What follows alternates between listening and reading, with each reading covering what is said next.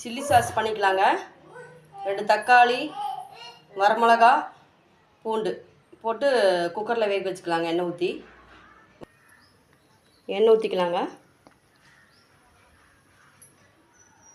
பூண்டு போட்டுக்கலாங்க.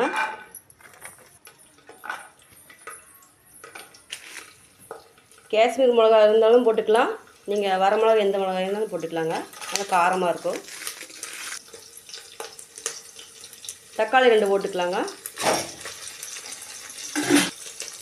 கொஞ்சம் உப்பு போட்டுக்கலாங்க, கல் உப்பு.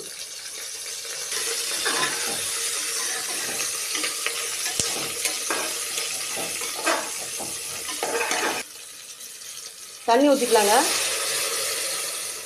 தண்ணி ஊற்றி விசில் விட்டுக்கலாங்க.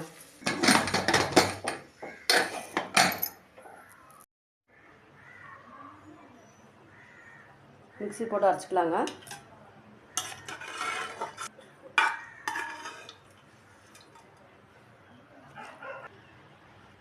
வினிகர் ஊற்றிக்கோங்க. அப்போ தான் கெட்டு போகாமல் இருக்குங்க.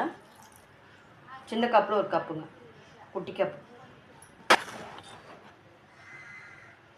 சர்க்கரை 1 டீஸ்பூன் போட்டுக்கலாங்க. அரைச்சிட்டு வந்துடலாங்க. வடிகட்டிக்கலாங்க.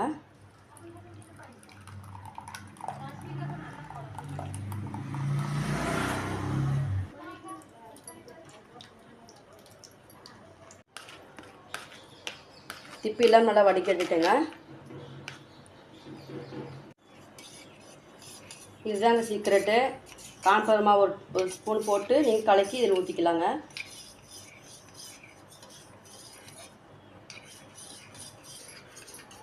ஊற்றிக்கலாங்க.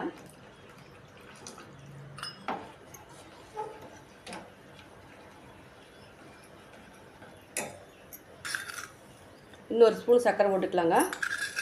அப்பால ஸ்பூன் 3 ஸ்பூன் போட்டுக்கோங்க சர்க்கரை. நல்லா கலக்கிட்டே இருங்க.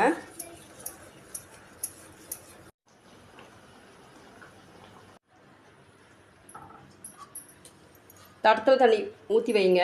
ஊற்றினா தண்ணி வராமல் இருக்கணுங்க. அப்போ தான் நல்லா ஆயிடுச்சுன்னு அர்த்தம். கரெக்டாக ஆயிடுச்சுங்க. நீங்கள் எடுத்து வச்சிடலாம்.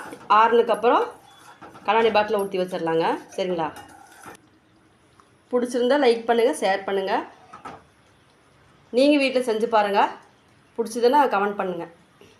சில்லி சாஸ் வீட்டில் செஞ்சாச்சுங்க. நீங்கள் வீட்டில் செஞ்சு பாருங்கள், நல்லாயிருக்கும். டப்பாவில் ஸ்டோர் பண்ணி வச்சுக்கோங்க ஃப்ரிட்ஜில்.